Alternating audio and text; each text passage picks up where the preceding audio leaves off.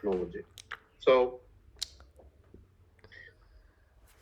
let's take a look at this grid that will help us understand more what we were talking about.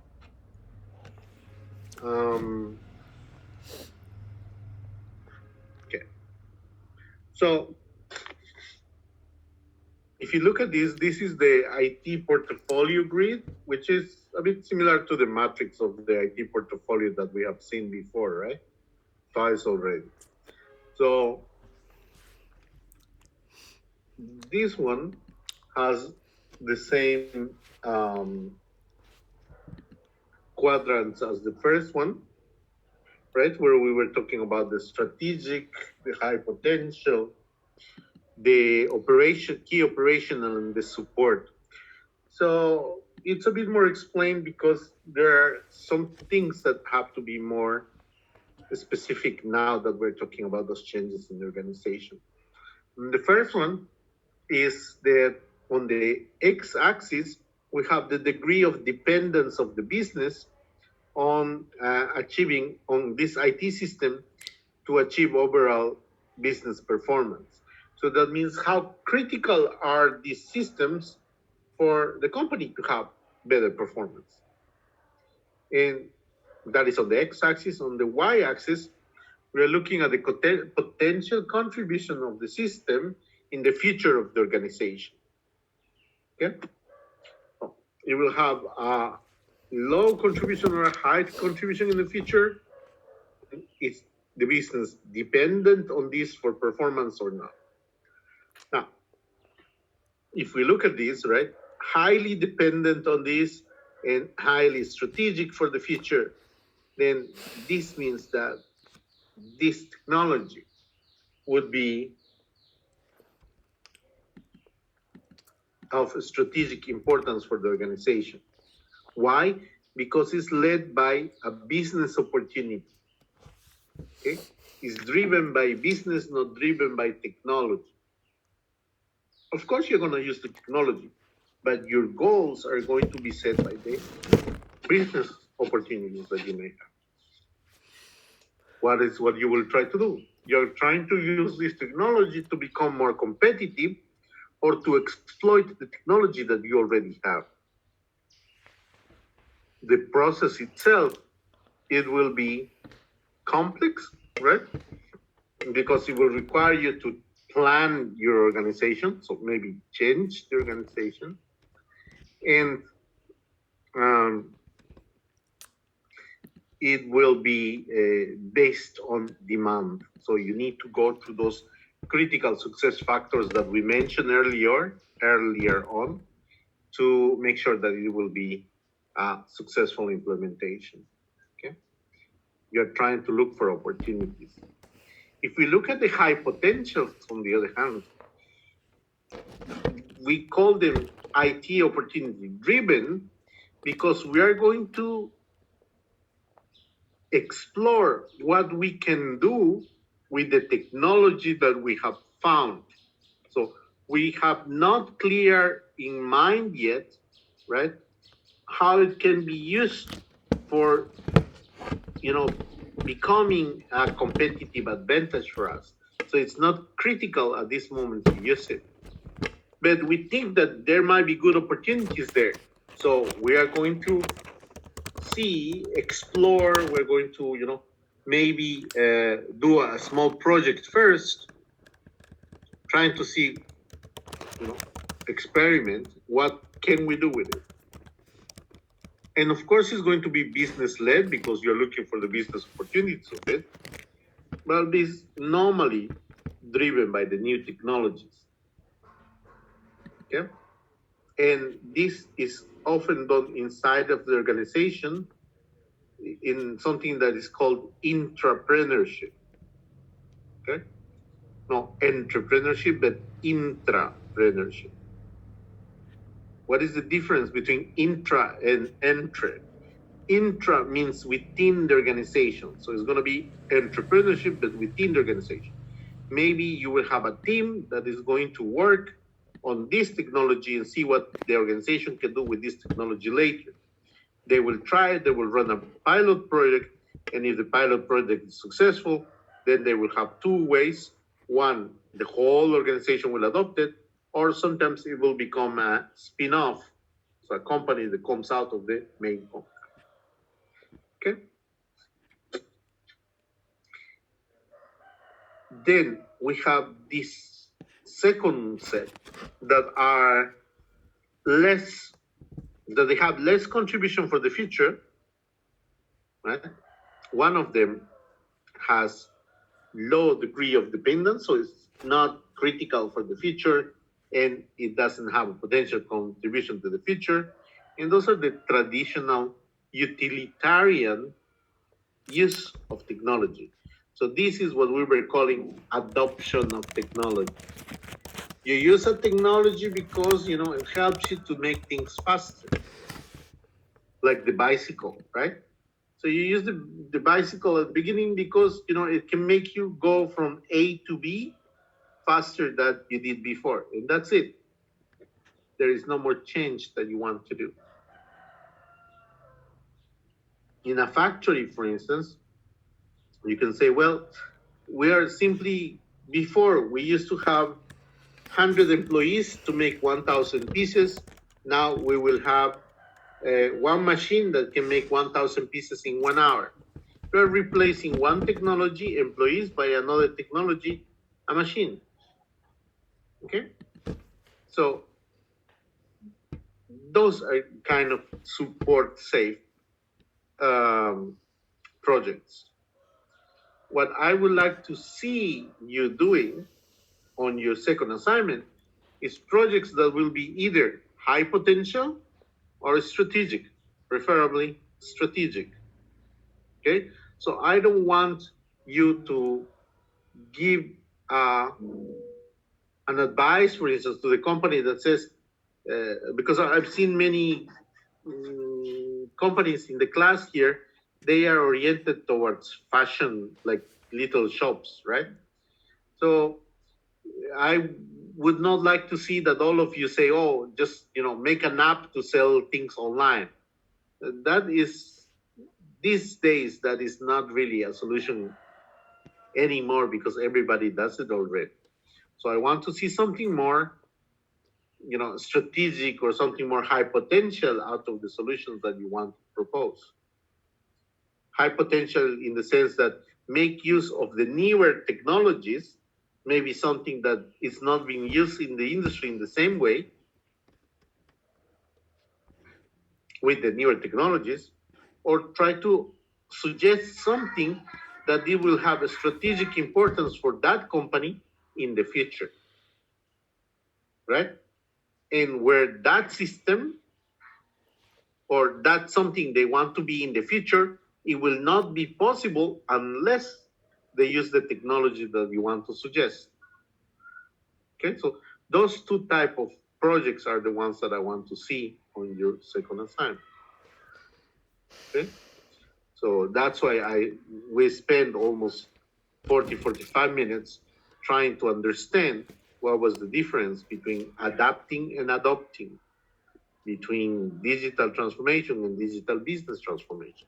So you should propose a digital business transformation that is going to show how the companies are going to adapt to a new technology or to the new solution that you are going to propose.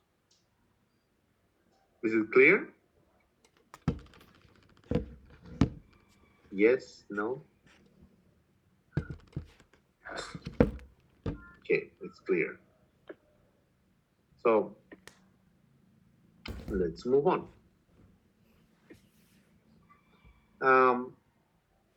To make sure that it's clear, so I would like you to do this at home, okay? So explain what makes something high potential, what makes it strategic, what makes it key operational, and what makes it support, yeah? So basically, I want you to explain this with your own words and provide maybe some examples that you can do that at home, yeah? Let's talk about this, something else. I want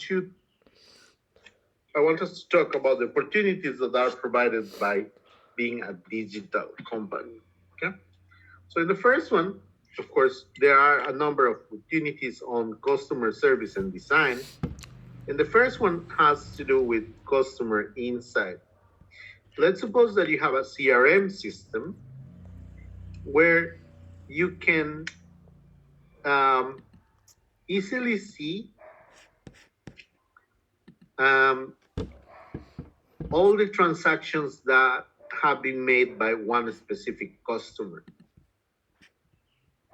And based on those transactions, you can know what kind of products they want, what kind of products they would like to buy in the next 3 or 6 months. Okay, that is a CRM system. You can also have a system that allows you to aggregate all the complaints that people has given to your products or all the positive reviews that your product has obtained. And based on those complaints and positive reviews, you know what are the features that a product should have, and then you can see whether you need to improve your own products or you have to create new ones, right? So for developing new projects, you can use that customer insight system. Then let's take a look at other projects that will add value. What if, right, you have a CRM system that allows you to customize the pages or the experience that a customer has of your service, right? For instance, let's imagine you're the kind of person that when you go to a shop, you always drink exactly the same drink. So it would be nice that you go to, let's say, to the milk tea shop. In the moment that you arrive, they already know your name, they already know your order and the price for it. And when you go, they go and they tell you, hi, I know you like to drink a jasmine tea. Would you like the regular order? And then you say yes or no, and then you just pay, and that's it. You go to sit because they already know what you want and they prepared it for you already, right? So that adds value, and that is possible because of the technology that you have inside. Yeah. The other one is that you can also have more systems that allow you to connect with your customer better, that allows you to receive feedback from your customer. For instance, you can use different channels to contact your customer. You can have a web page, a forum, all those places where you can talk with the customers. But let's see, in terms of customer service, right? You can have a system that puts together your call center, your email complaint system, and your normal feedback database. Okay, so and then based on that, you can have a automatic calling system or an email system that when somebody has a problem, right, they tell you, oh, this thing is not working in my computer, how can I solve it? And you send that an email, and then the system automatically, looks for the keywords that you have and search in the databases somebody else who had the same problem before or some solution that is known, and then immediately sends you an email, but like immediately in the next 5 seconds, sends you an email telling you how to solve your problem, right? So that would be something that is very interesting for people. And that is possible with technology. Let's look at the business and organizational processes. One of the key advantages of technologies is that it can help you to achieve new levels of efficiency. But that is just adopting technology. So now let's talk about adapting to technology, right? Newer technology can help you to optimize your processes. That means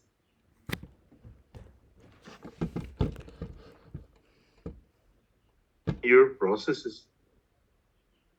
Yeah, you can make your processes much more lean, so much more efficient, and that will make your organization be able to work in a better way. Okay, so you can think of, for instance, the automation of the selling process. So before you had to, call or email your customers one by one, and then you have to see and check whether they gave you a reply or not. If they didn't reply, then you have to send them an email to remind them, blah, blah, blah. So all that nowadays can be automated, right? You just simply need to do click on a system so that it generates the list of people who didn't reply, and then you can select some of them, click again, and a new reminder will be sent to all of them. Okay, so that saves you a lot of time, and you can do that in different rounds so that you can get the highest percentage of conversion rate. Okay, so automating all that will save you a lot of time, but also it will save you people's work. So there's less people that is needed to do that work, but it also helps you to have a control, immediate control of the results of your marketing campaign, right? Because with one click, you can get the dashboard that tells you how many people did you reach, how many people replied, how many people bought, in which stage are the other ones. Second reminder, third reminder, fourth reminder, blah, blah, blah. So all that you can have it in one click. So that kind of level of automation is what we want to achieve, right? In factories, you can have essentially the same, right? You can control all your procurement, your procurement system can control all your raw materials, all the in-process goods and all the finished goods in the warehouses and where they are going at the moment of the distribution. Okay.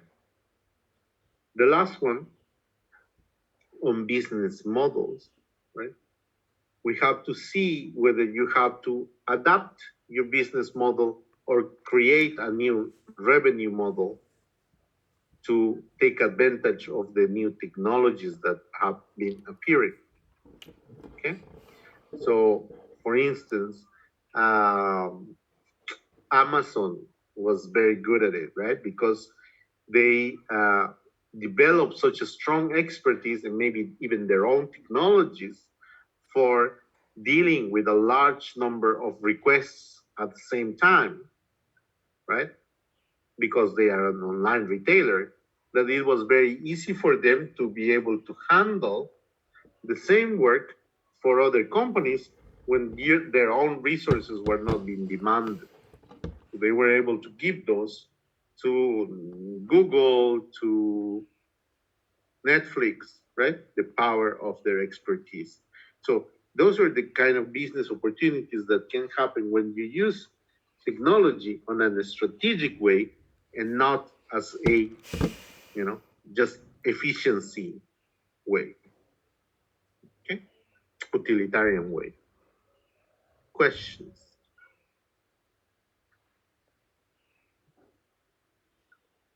Questions?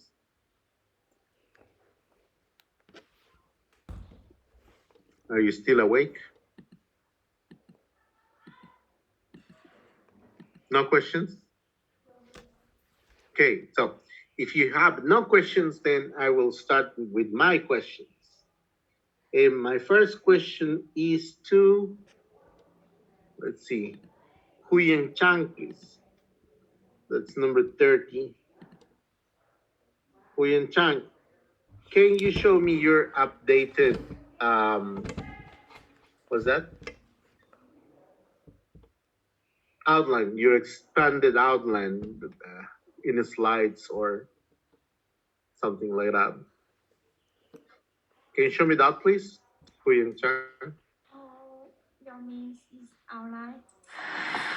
Yeah, but the one that is completed already, where you made the strategic analysis, you selected the objectives, and have already made the decisions about the kind of app that you want to implement, right? That is where it should be right now.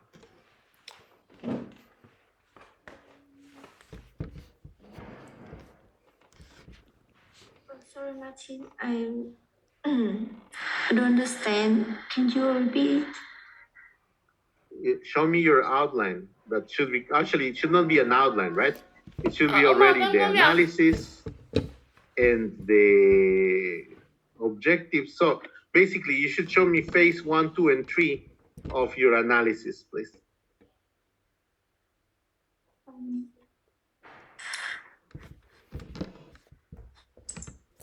Okay? Because otherwise, how can you know how to make an app or a solution if you don't know what the problem is? So show me your analysis of the problem.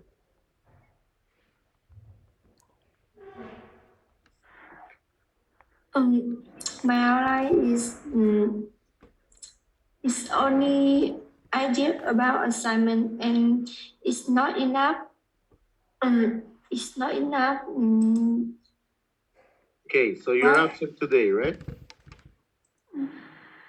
Okay, let's see somebody else. Let's see my phone, please.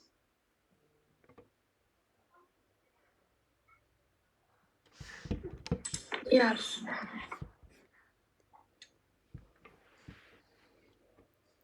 Same thing, please.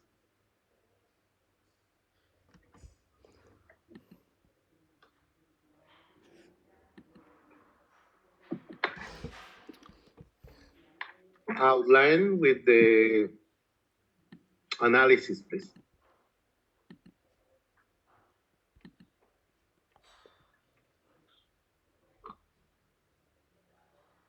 Are you there, my phone? Because we cannot hear you.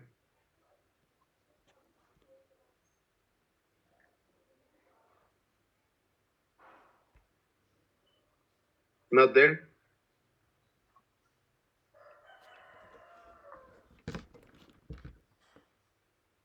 Okay. So if not there, then let's go to the next one. Long Huyen, please, 14. Long Huyen, 14. Yes. Can you show us, please?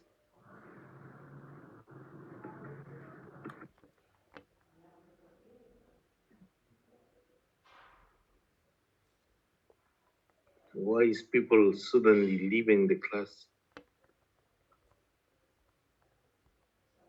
Long Huyen, are you there?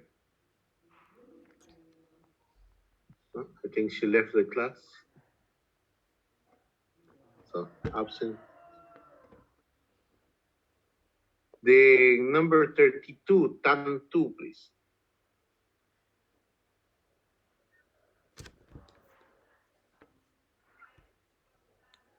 Yes.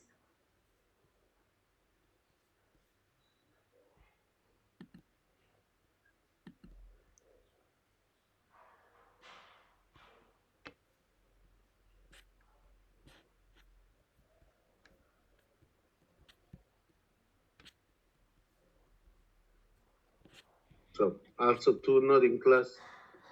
Yeah, I'm here. No answer.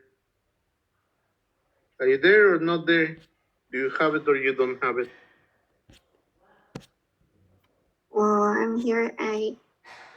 My ally is not enough. I think I don't. Okay.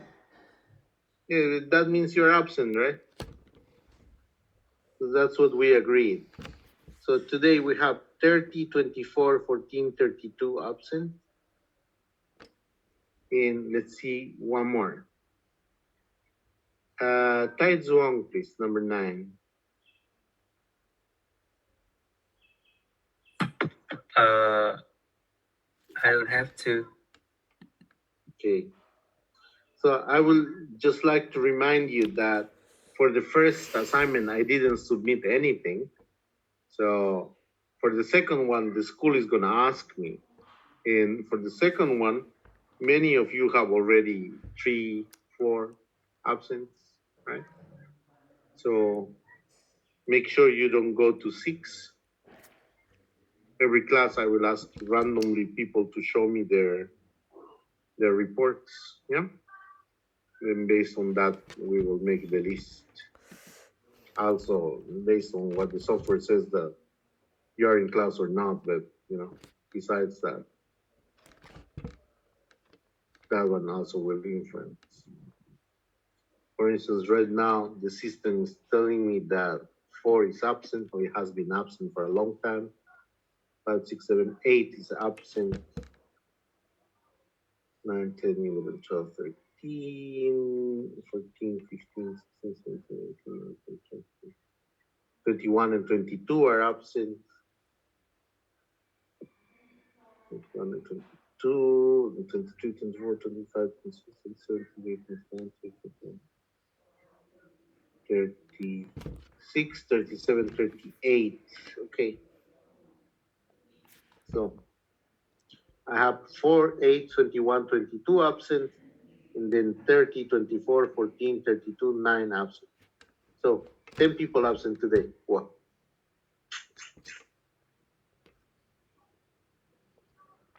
Too many.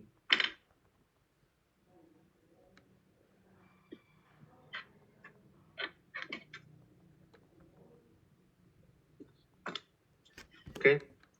So let's let me check.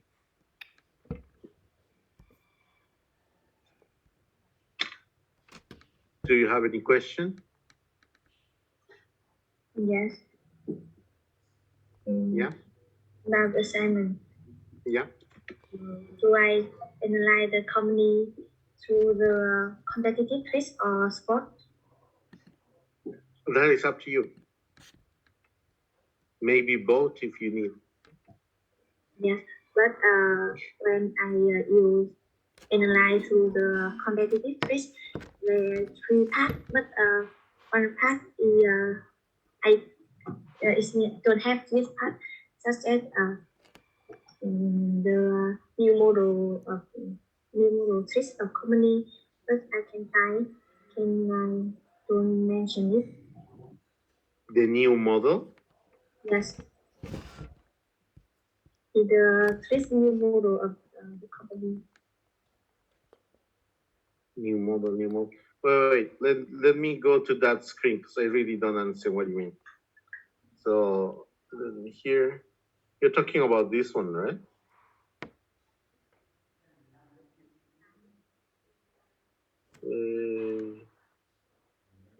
This one. Here in the SWOT analysis? No, competitive. In the overview. Here, competitive. Here. This one, right? Yes. Okay, no. So here, it is from the competition, so it's not from the company itself. So this part is external from the company. So are there new business models related to the company in the same industry of the company? For instance, let's see, in Vinamilk, so the way the business operates for Vinamilk is that they make their own milk, right? So they have their farms, they have their own milk, and then they bottle it and distribute it to the retailers, and then retailers bring it to the people. Now, a new business model there would be that, for instance, the company doesn't produce the milk. What they do is they talk with other milk producers and they do OEM, right? Sorry, it's not OEM. It's called, they let somebody else produce the milk for them and they just give them their label. So for instance, I want to create my milk that is gonna be called, I don't know, Martin milk, okay? So, and what I do is I don't have farm, I don't have factory, but I still want to have my own milk. So what I do is I talk with Vinamilk, and now Vinamilk will make the products for me. And instead of labeling them Vinamilk, they are gonna put my label on it, Martin. And now I can sell those products. And even I don't want to do that, I will let Vinamilk do it for me. Right? So I will not even see the products, but they will be selling it for me. That is a new business model, right? Doesn't exist in the industry yet. Technology can help me to do that. Yes. So we're talking about those kind of things, yeah? Yes, I understand. This means that we will talk about the new business model in another company, Yeah, in the industry, yeah. in the same industry. Yeah, because we're talking about your competitors, right? Yes. Other questions? Martin, do I have to register my company in any forms? What do you mean? Like, you know, that you said before that we have to register our company in a form, right? Oh, yeah. Oh, where is the form? It's on the Google Classroom. Oh, okay.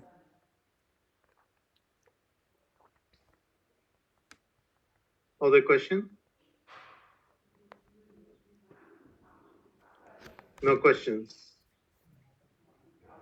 Okay, so if there's no questions, I guess we can finish the class here. I will see you.